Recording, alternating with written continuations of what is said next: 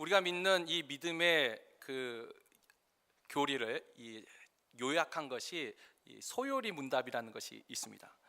근데 이 소요리 문답의 제 첫 번째 질문이 뭐냐면 사람의 제일 되는 목적이 무엇이냐라는 질문입니다.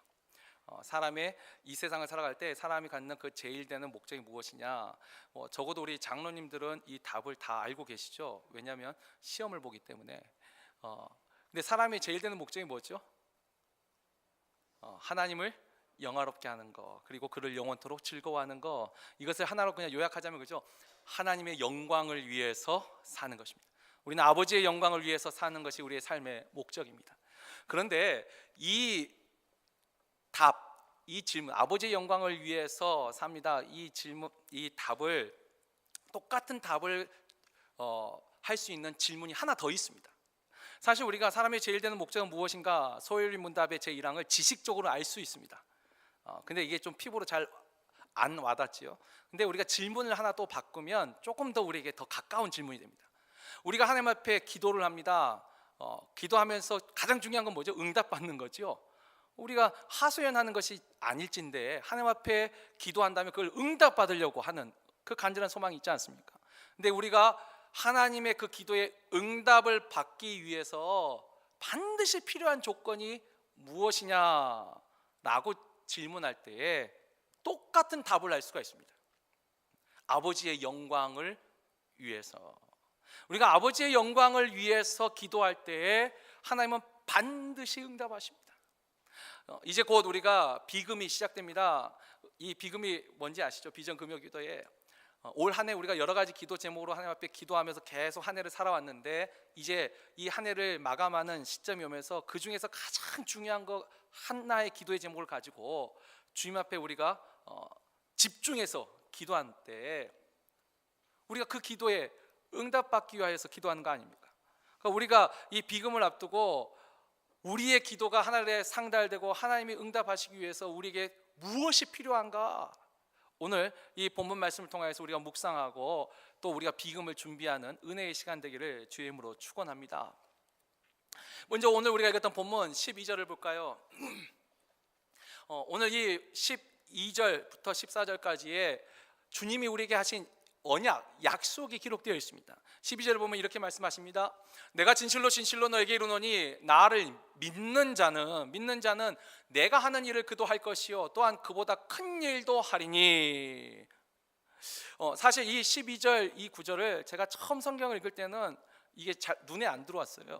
그런데 이제 성경을 또 읽고 반복하는데 어느 날 이 12절 말씀이 굉장히 제게 충격적으로 다가왔습니다. 왜냐하면 은연중에 우리는 예수님이 누구세요? 하나님의 아들이시죠. 보통 분이 아니시죠. 정말 위대하신 분이죠. 근데 그분이 하신 그 일을 나도 할 수 있다는 것도 참 놀라운데 더 놀라운 것은 그 예수님보다 더 큰 일을 할 것이라. 예전에는 이 구절이 뒷구절이 안 들어왔었어요. 근데 어느 날 주님보다 더 큰 일을 한다고? 굉장한 충격이었습니다. 그리고 실제로 기독교 역사를 봤더니 아니 성경만 봐도 그냥 우리가 눈으로 볼 수 있는 것, 물론 예수님이 우리를 위하여 십자가에 지신 그와 같은 그 사역, 유니크한 아주 독특한 그 사역이 아니에요. 이 땅에서 하신 일들 중에 주님보다 더 큰 일을 한 사도들도 있었고 그 후에 초대교회 역사 속에 실제로 있더라는 거죠. 주님이 이 땅에서 하셨던 그 일보다 더 큰 일을 한 사람들이 있더라는 거예요. 아주 놀라운 일입니다. 주님이 우리에게 이와 같이 약속을 하셨어요. 너가 나를 믿기만 하면 믿는 자는 내가 한 일을 저도 할 것이요 나보다 더 큰 일도 하리니 약속하셨어요. 자, 그리고 13절 14절을 보면 너희가 내 이름으로 무엇을 구하든지 내가 행하리니. 또 14절에도 똑같은 말 다시 반복하시죠. 내 이름으로 무엇이든지 내게 구하면 내가 행하리라. 내가 시행하리라. 너희가 나의 이름으로 구하는 그 모든 것을 내가 행하겠다. 여러분 이거 얼마나 큰 약속이에요. 어찌 보면 이거 거의 백지수표 같은 약속이에요. 여러분 백지수표 아시죠? 그냥 거기다 내가 적는 대로 다 되는 거. 저도 누가 이런 거 한 장 줬으면 진짜 좋겠다. 근데 예수님은요 백지수표 한 장이 아니라 그냥 수표책, 백지수표 책을 주신 거예요. 너희가 내 이름으로 구하면 너희가 내 이름으로 간구하는, 예수님 이름으로 기도합니다 이렇게 말하고 기도하는 그 모든 것을 내가 시행하겠다는 거예요. 백지수표 책을 우리에게 주셨어요. 이 얼마나 놀라운 약속이에요. 사실 이 주님의 약속에서 이 부분, 우리가 주님이 하신 그 일도 할 뿐만 아니라 더 큰 일도 할 것이고 또 주의 이름으로 구하는 그 모든 것을 주께서 행하시리라, 이 엄청난 약속, 이것이 우리에게는 주의 언약의 어찌 보면 우리의 권리입니다. 권리. 우리가 담대히 우리께 주님께 이렇게 말할 수 있어요. 주님이 말씀하셨잖아요. 나의 이름으로 구하는 그 모든 것을 시행하겠다고 약속하셨잖아요. 그럼 내가 주의 이름으로 기도하였으면 주께서 들으시고 응답하셔야죠. 우리는 마땅히 권리 주장을 할 수 있습니다. 얼마나 놀라운 약속이에요. 근데 문제, 항상 주님이 약속을 주셨는데 우리에게 권리만 주신 게 아니에요. 거기에 우리의 언약의 의무도 같이 주셨습니다.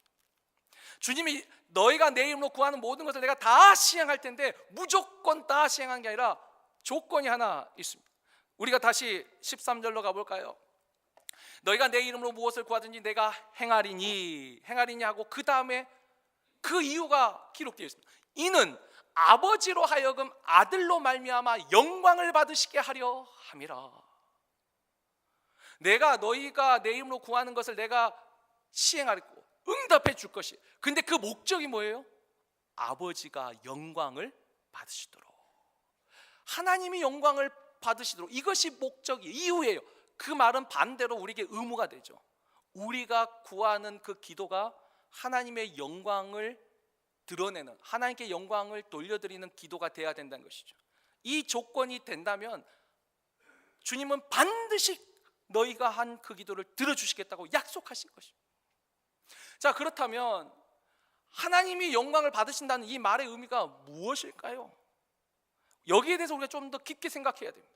하나님은 어떻게 영광을 받으실까요? 우리가 얼핏 생각할 때 우리는, 자, 기도해서 하나님이 영광을 받는다는 것은 그 기도가 응답되는 것이라고 쉽게 생각할 수 있습니다. 성취의 능력, 그러니까 우리가 하나님 앞에 기도했는데 그 기도가 응답이 돼야지만 하나님이 영광을 받으신다고 생각하는 거죠.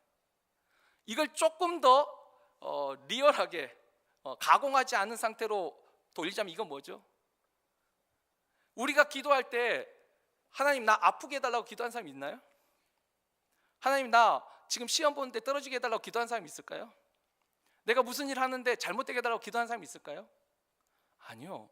우리는 기도할 때 건강하게 해달라고 기도합니다. 하나님 나에게 물질을 달라고 기도합니다. 내가 하는 이 일에 형통함을 주시라고 기도합니다. 나의 학교를 인도해달라고 기도합니다.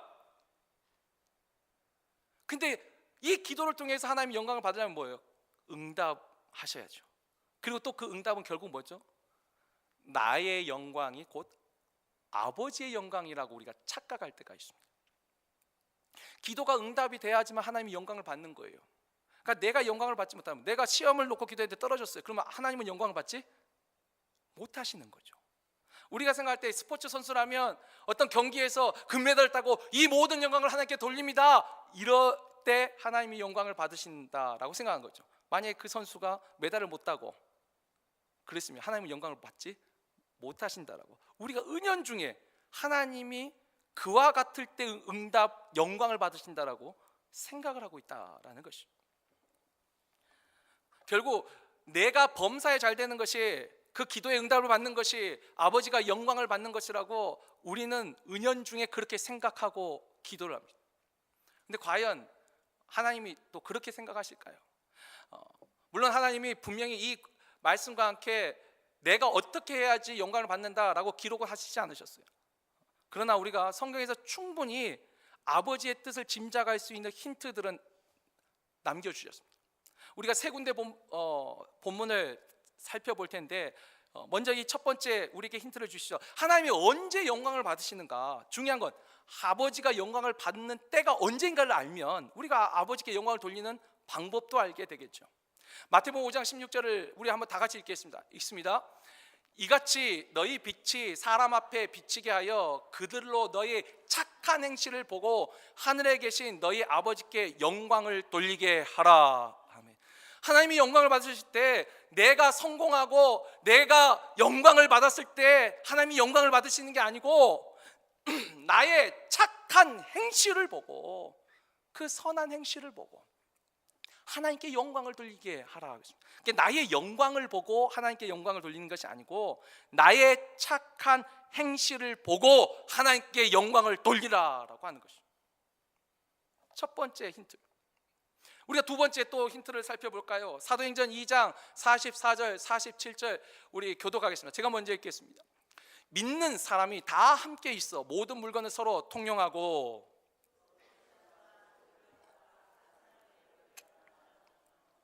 날마다 마음을 같이하여 성전에 모이기를 힘쓰고 집에서 떡을 떼며 기쁨과 순전한 마음으로 음식을 먹고 하나님을 찬미하며 또 온 백성에게 칭송을 받으니 주께서 구원받는 사람을 날마다 더하게 하시니라. 아멘. 여기서 우리가 47절 보면 온 백성에게 칭송을 받았다. 그것이 너희들 참 잘한다 그것이 아니고 원래 뜻하면 하나님께 영광을 돌렸다라는 것입니다. 근데 하나님께 도대체 온 백성이 왜 영광을 돌렸나요? 우리가 앞에 보면 초대교회 이 성도들이 성공하고 영광을 얻어서 자신의 영광으로 아버지께 영광을 돌리고 있나요? 아니요. 이 사람들이 한 건 뭐냐면 함께 모여 있어서 서로 부족한 것들을 채워주고, 우리가 지난주에 아버지의 마음이 있는 곳이 성전에 있고 그 성전에서 성전에 모이기를 힘썼는데 뭐 하려고 모였어요? 성전에? 말씀을 듣기 위해서. 하나님의 성전은 하나님의 이름과 말씀이 있는 곳이죠. 그리고 하나님의 성전은 기도하는 곳이죠. 말씀과 기도하기 위해서 성전에 모였어요. 떡을 떼며 교제는 집에서 했어요. 하나님의 말씀을 듣고 하나님 앞에 기도하고 성도가 교제하고, 그러니까 예배와 성도의 교제를 통하여서 하나님이 영광을 받으셨다라는 거예요.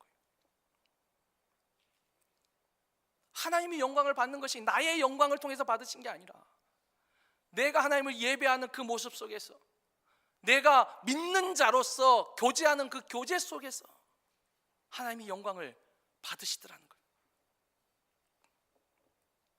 또 하나 세 번째 힌트를 볼까요? 우리가 응답받는 기도의 조건, 하나님이 영광을 받으시는 그 기도의 조건을 우리가 살펴봤다면 정말 반대로 응답받지 못하는 기도, 응답받지 못하는 기도의 조건, 우리가 너무나 잘 알고 있는 말씀이 있죠. 바로 야고보서 4장 3절로 5절 말씀이죠. 특별히 이 3절 말씀, 우리는 3절 말씀을 주로 기억하고 있죠. 뭐라고 했죠? 구하여도 받지 못하면 정력으로 쓰려고 잘못 구하기 때문이라. 우리는 그래서 이 말씀을 하면서 우리가 응답받지 못한 것은 잘못 구하기 때문이다. 그러니까 내가 지금 기도의 내용을 좀 잘못 구하고 있기 때문이라고 생각해요. 아니요. 근데 이 말씀이 3절로 끝나지 않습니다. 이 말씀은 뒤에 4절, 5절 같이 이어져요. 4절을 볼까요? 가늠한 여인들아, 세상과 벗된 것이 하나님과 원수됨을 알지 못하느냐? 그런즉 누구든지 세상과 벗이 되고자 하는 자는 스스로 하나님과 원수되는 것이니라. 너희는 하나님이 우리 속에 거하게 하신 성령이 시기하기까지 사모한다 하신 말씀을 헛된 줄로 생각하느냐? 여러분, 가늠한 여인, 이건 하나의 예예요. 사례예요. 진짜 중요한 말은 뭐죠? 그 4절 그 다음에 나온 세상과 벗된 것이, 우리가 응답받지 못하는 그 기도, 그 기도 내용이 중요하지 않다는 게 아니라 그것도 중요해요. 근데 그보다 더 중요한 거, 기도를 드리고 있는 그 사람이 세상과 벗된 사람이 기도한다면, 자, 아까 말했습니다. 우리가 기도할 때 건강을 달라고 기도하지 질병을 달라고 기도하지 않습니다. 어느 누구도, 저도 마찬가지. 우리가 어떤 시험을 준비하거나 또 우리가 간절히 바라는 것이 있을 때 하나님 그것을 응답해 달라고 기도하지, 그것에서 떨어지게 해달라고, 그것을 나에게서 거둬가 달라고 기도하지 않잖아요.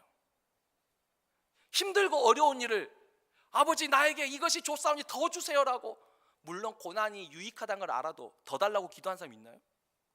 그렇게 기도하세요? 저도 그렇게 기도 안 해요. 여기서 벗어나게 해달라고 기도하죠.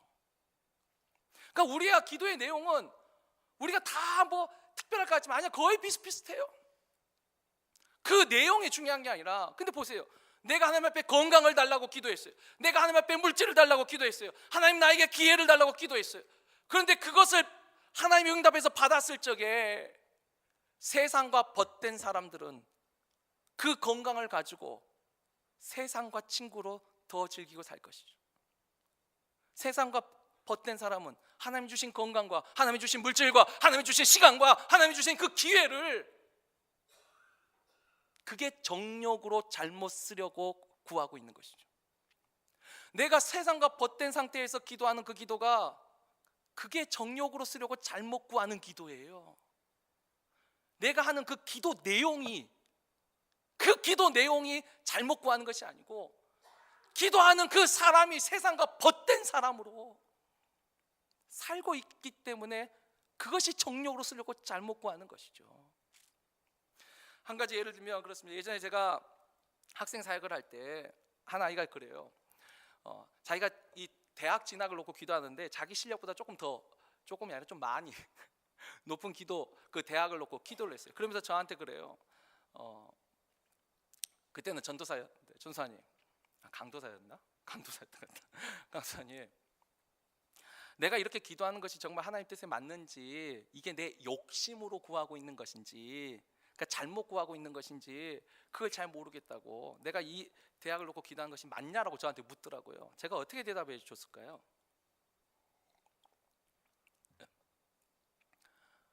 너가 예수님 이름으로 기도했으면 그건 기도예요. 여러분, 그 기도 내용 자체가 하나님의 뜻이다 아니다라고 말할 필요가 없어요.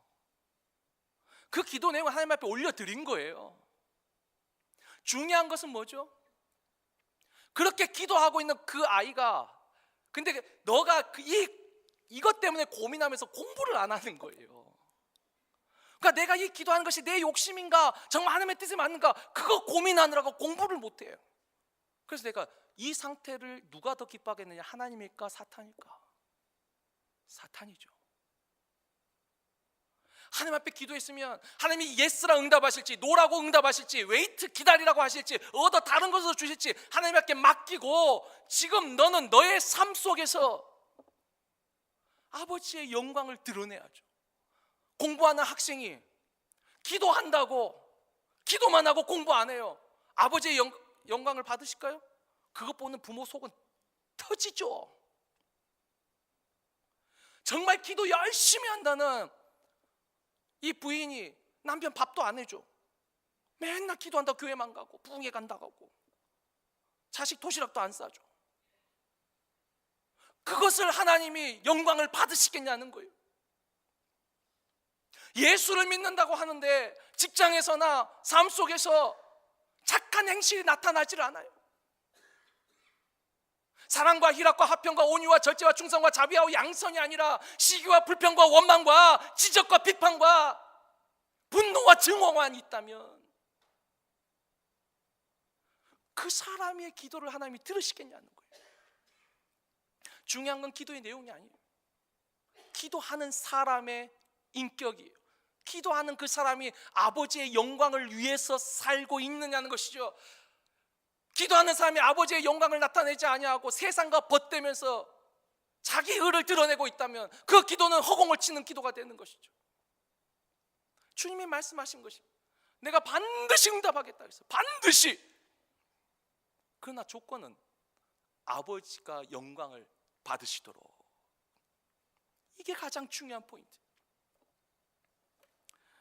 결국 우리가 기도 응답을 받을 때 여러분, 기도하는 방식도 참 중요합니다. 우리가 40일 금식 기도할 수 있어요. 40일 작정 기도할 수 있어요. 산에 가서 기도할 수 있어요. 부르짖어 기도할 수 있어요. 묵상하며 기도할 수 있어요.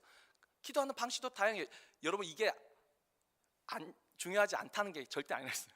이것보다 더 중요한 게 있다는 것이죠.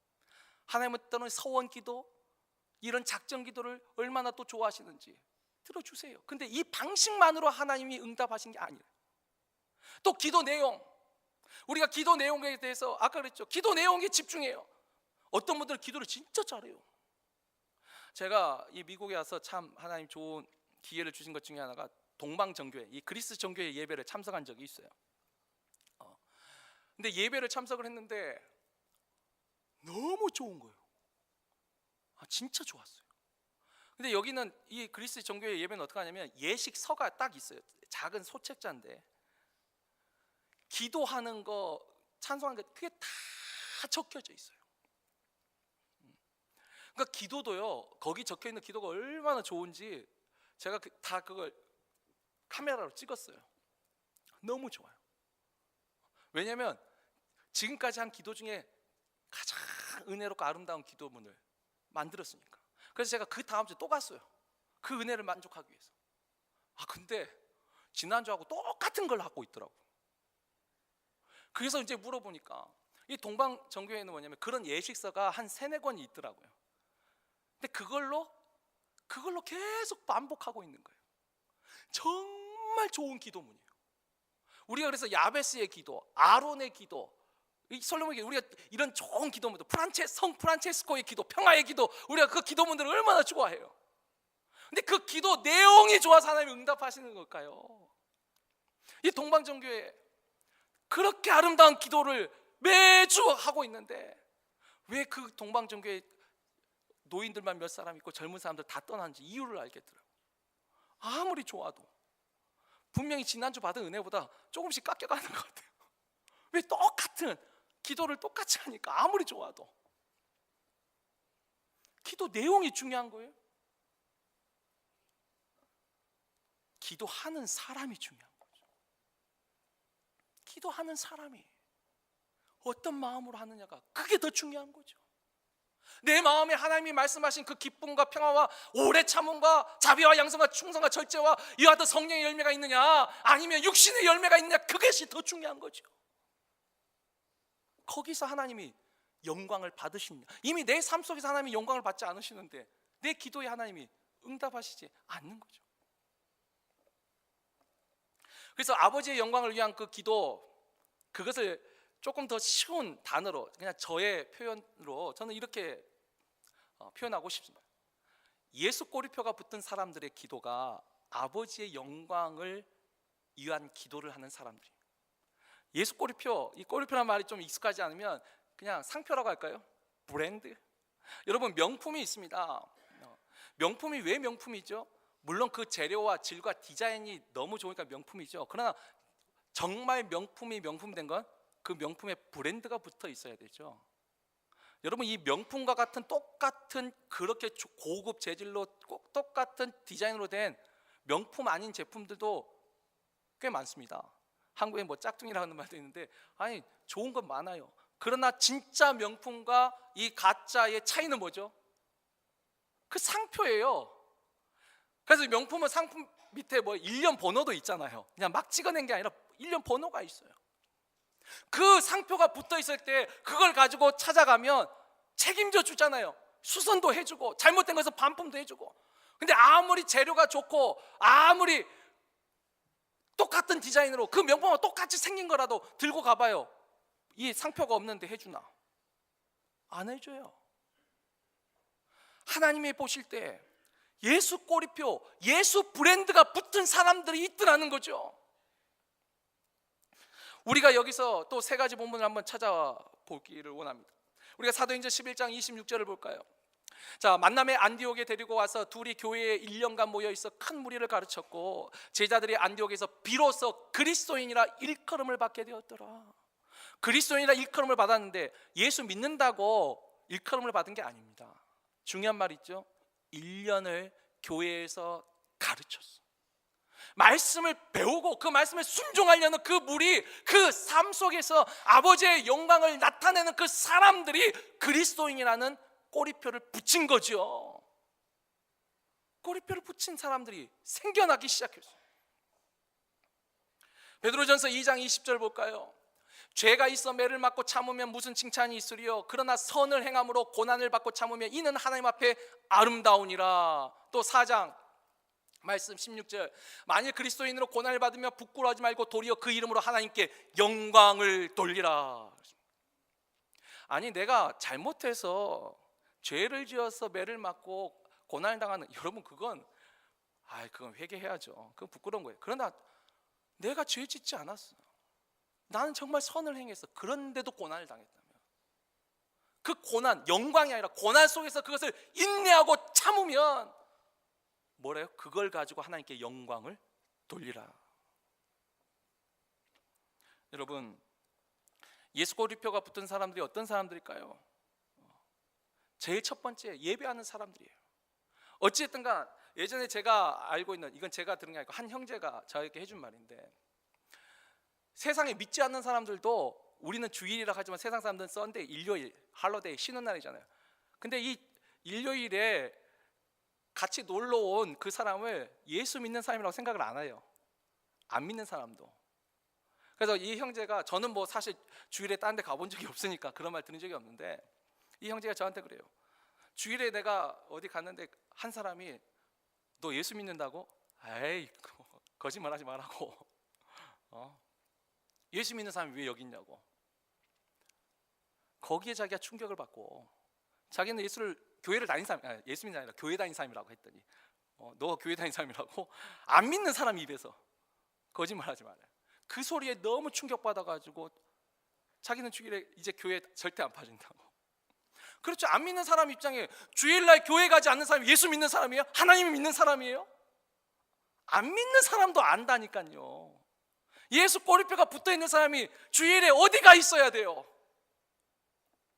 꼬리표 붙어있지 않는 거예요. 그 형제는 그것이 충격받았더라고요. 예배하는 사람이 예수 꼬리표 있는 사람이에요. 그리고 또 그러면 교회에 다 온다고 예수 꼬리표 붙어있을까요? 아니, 이 안에서도 충분히 하나님의 말씀하신 열매가 아니라 다른 열매를 맺을 수도 있잖아요. 우리가 이렇게 말할 수 있습니다. 기도하는 사람이 예수 꼬리표 붙은 사람이에요. 성경을 읽는 사람이 예수 꼬리표 붙은 사람이에요. 아니, 성경 구절 한 구절도 제대로 말 못하면서 어떻게 예수 믿는다고 하겠어요? 또 말씀을 순종하는, 읽기만 하고 외우면 뭐예요? 순종해야겠죠. 순종하는 그 사람이 예수 꼬리표 붙어있는 사람이죠. 또 하나, 인내하는 사람이, 오래 참는 사람이 예수 믿는 사람이죠. 그리고 사실 근데 지금 제가 말한 거, 예배하고 기도하고 말씀을 읽고 순종하고, 이건 어찌 보면 좀 시간이 오래 걸려야 돼요. 오래 걸려야지 이 브랜드가 나타날 수 있어요. 근데 가장 적극적인 예수 꼬리표, 전도하는 사람. 제가 전에 있던 교회, 지금 우리 교회도 뭐 하고 있지만 태신자 전도에 대해서 정말 많은 간증들이 있어요. 예수 믿으세요. 우리 교회 한번 오세요. 그 말을 하는데 하나님이 그렇게 전도하는 사람들에게 주신 은혜가 정말 놀라워요. 그들에겐 정말 받은 증거가 많아요. 우리가 올 한 해가 저물고 있는데 정말 내가 단 한 사람에게도 예수 믿으라는 말을 하지 않고, 우리 교회 한번 가보자는 말 한마디, 정말 한마디도 못했다면 내가 과연 예수 믿는 꼬리표가 붙은 사람이냐는 거예요. 목회자인 저도 마찬가지죠. 목사는 대부분 예수 믿는 사람을 주로 만납니다. 그러나 그 가중에 나도 내 입으로 한 번도 예수 믿으라는 말, 교회 한번 나오자는 이 말 한마디도 못한다면 그게 예수 믿는 사람이냐는 거예요. 그게 예수 꼬리표가 붙어 있는 거예요. 짝퉁이지. 내 입으로 전도 한마디를 못해요. 오라는 말 한마디를 못해요. 하나님이 볼 때, 하나님이 우리의 브랜드를 확인할 때 뭘 보고 확인하시겠어요? 예배 자리에 있지 않고, 기도 자리에 있지 않고, 말씀 있지 않고, 그러니까 하나님은 도대체 무엇으로 우리를 확인하시겠냐고요. 우리의 브랜드를. 결국 아버지의 영광을 위한 기도는 예수 꼬리표가 붙은 사람들의 기도고, 예수 꼬리표가 붙은 사람들은 주님을 기쁘시게 하는 삶을 사는 사람들이요, 주님을 기쁘시게 하는 시간을 갖는 사람이죠. 말씀을 읽는 분이 계시고, 또 우리 가운데에도 우리 장로님 성경을 쓰고 계시잖아요. 쓰고 계세요. 벌써 한 권을 다 하시고 두 번째 쓰시죠. 두 번째 쓰고 계시잖아요. 성경을 읽고 쓰고 외우고 또 그 말씀을 순종하고, 하나님이 볼 때 너의 브랜드를 보이라고 할 때 우리가 뭘 보이겠냐면 주를 증거하고 전도하고 자랑할 수 있는 게 예수 꼬리표죠. 이제 마지막으로, 이와 같이 우리가 아버지의 영광을 위한 삶을 살면서 주님의 이름으로 기도하면 주님은 반드시 응답하시겠다고 했습니다. 백지수표를 우리에게 주셨어요. 근데 여기서 하나 마지막으로 기억할 게 있습니다. 그래서 제가 세 가지 권면을 끝으로 말씀을 정리하고자 합니다. 첫 번째 권면은 디모데후서 3장 12절 말씀. 우리 한번 다 같이 읽습니다. 무릇 그리스도 예수 안에서 경건하게 살고자 하는 자는 박해를 받으리라. 아멘. 경건하게 살고자, 하나님의 영광을 돌리는 삶을 살고자 그렇게 예수면서 기도할 때 하나님 반드시 응답하시는데, 문제는 그렇게 살고자 하는 자에게 반드시 박해가 따른다는 거예요. 왜냐하면 세상과 친구, 아까 했죠, 세상과 하나님은 원수예요. 하나님과 친구 되면 세상과 멀어져요. 박해를 하죠. 요즘 우리가 새벽에 전도서 말씀을 묵상하고 있습니다. 전도서에도 그렇죠. 우리가 하나님의 기쁘게 하는 그 의인이 기도했을 때 하나님이 당장 응답하시고, 또 악인이 악을 행할 때 당장 징벌하시면 이 땅에 악이 어디 있고 이 땅에 하나님을 믿는 사람들 중에 힘들어할 사람이 어디 있어요? 근데 주님이 예언하셨어요. 말씀하셨어요. 미리 성경에 말씀하고 있죠. 경건하게 살고자 하는 자에게는 박해가 있더라는 거예요. 악인들도 형통할 시기가 있더라는 거죠. 의인의 고난과 악인의 형통의 시기가 있더라는 것이죠. 그래서 두 번째 권면을 볼까요? 야고보서 4장 7절 8절 보면, 그런즉 너희는 하나님께 복종할지어다. 마귀를 대적하라. 그리하면 너희를 피하리라. 하나님을 가까이 하라. 그리하면 너희를 가까이 하시리라. 죄인들아, 손을 깨끗이 하라. 두 마음을 품은 자들아, 마음을 성결하게 하라. 이와 같이 박해를 받을 때 갈등이 생기죠. 내가 진짜 잘하고 있는 것인가? 내가 진짜 하나님을 기쁘게 하는 삶을 사는 것인가? 내가 잘못된 길을 선택한 것이 아닌가? 의심할 때가 있지요. 마귀가 공격할 때 어떻게 해요? 대적하라 그랬습니다. 그리고 더 하나님을 가까이 하라는 거예요. 우리가 7주 동안 하나님 앞에 비금을 가지고 기도하는데 하나님 약속하신 대로면 반드시 응답하셔야 되는데 그 응답이 더디 오고 또 때로는 이루어지지 않을 때 마음에 실망하고 낙심하여 내가 진짜 이렇게 기도하는 것이 맞는가 의심이 들 때 더 가까이 하라는 거예요. 이거 권면하죠. 더 가까이 하라. 그리고 두 마음을 품은 자들. 두 마음이 뭐예요? 야고보는 그렇죠. 두 마음을 품은 자들은 무엇이든지 주께 얻을까 생각지도 말라. 작년 구역신방 때 드렸던 말씀이에요. 의심과 싸워야죠. 하나님을 더 가까이 해야죠. 두 마음과 싸워 이겨야죠. 이미 두 마음을 가진 그 마음 자체가 아무것도 얻지 못하는 마음이니까 성결하고 깨끗하게 해야죠. 그리고 세 번째 권면, 야고보서 1장 12절 말씀, 시험을 참는 자는 복이 있나니 이는 시련을 견디어낸 자가 주께서 자기를 사랑하는 자들에게 약속하신 생명의 면류관을 얻을 것이기 때문이라.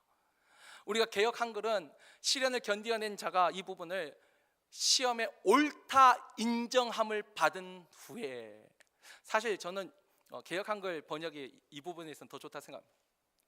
그런 박해와 그런 고난과 그 시험의 기간을 견뎌낸 자가, 아까 했죠, 인내하는 자가, 선을 행함으로도 고난을 당할 때가 있습니다.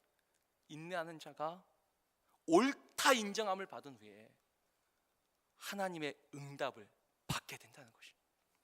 하나님이 영광을 받으신다는 거죠. 하나님은 우리가 기도할 때에 즉각적으로 응답하시고 즉각적으로 심판하시면 그렇지 않는다. 하나님은 우리에게 시간을 주시더라고요. 그 시간, 우리가 전도서의 지혜처럼 그 때와 기한은 하나님이 정하신 건데 그 하나님의 때 믿음으로 견뎌내면 하나님은 반드시 그 목적을 이루실 것입니다. 신실하신 하나님께서 약속하셨어요. 우리가 벌써 3차 비금이에요. 1차 비금 때, 2차 비금 때 하나님 앞에 올렸던 그 기도의 제목들 혹시 응답하지 않았다라고 낙심하지 마세요. 아니요, 하나님은 반드시 기억하고 계실 거예요. 하나님의 때가 되면 응답하실 거예요. 아무도 아멘을 안 하시는데 저는 믿습니다.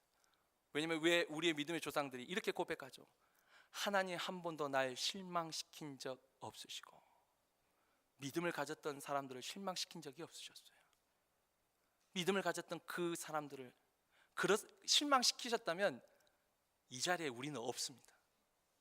끊어졌을 거예요. 하나님 신실하신 분, 신실하신 분, 기도한 거 반드시 기억하고 계시고 하나님의 때가 되면 이루실 줄 저는 믿습니다. 우리가 기도할 때에 어떤 기도 제목을 써야지 하나님이 들으실까가 아니라 지금 기도하는 나의 삶이, 그래서 우리가 적어도 비금에서도 비금의 기도 제목 그 한 가지가 거기에 포인트가 있는 게 아니고 내용에 포인트가 있는 게 아니라 더 중요한 것은 7번 시간을 정하고 내가 정말 이 말씀에 순종하여서 기도하느냐. 우리가 예레미야 33장 2절 3절 그 말씀을 붙잡고 기도하지 않습니까? 일을 행하시는 여호와, 그것을 만들고 성취하는 나 여호와가 내게 이루노라. 너는 내게 부르짖으라. 그리하면 내가 내게 응답하겠고 내가 알지 못하는 크고 은밀한 일을 내게 보이리라. 우리가 그 말씀 믿고 순종할 때 순종하는 그것이 응답받는 기도의 조건인 것이죠. 아름다운 기도 제목, 멋진 기도 제목을 쓰는 것이 아니고. 이제 고린도전서 10장 31절 말씀으로 오늘 말씀을 맺습니다. 너희는 먹든지 마시든지 무엇을 하든지 다 하나님의 영광을 위하여 하라. 먹든지 마시든지 무엇을 하든지 내가 응답받은 그 나의 영광으로 하나님께 영광을 돌리는 게 아니고 나의 삶 속에서 내가 어떤 열매를 맺고 있는지 내 스스로 바라보면서 그 열매로 하나님을 영화롭게 한다면, 주님 우리에게 너무나 놀라운 선물을 주셨어요. 백지수표책을 주셨어요. 그 놀라운 언약에 우리 모두가 다 주인공이 되고 당사자가 되고, 우리도 나중에 우리 후손들에게 하나님 신실하신 하나님, 한 번도 날 실망시킨 적 없으시고 하나님 앞에 기도한 그 기도 이렇게 응답하셨다고 우리 자신의 받은 증거 많도다, 그 증거를 당당하게 믿음의 유산으로 물려줄 수 있는 우리 모두가 되기를 주의 이름으로 축원합니다.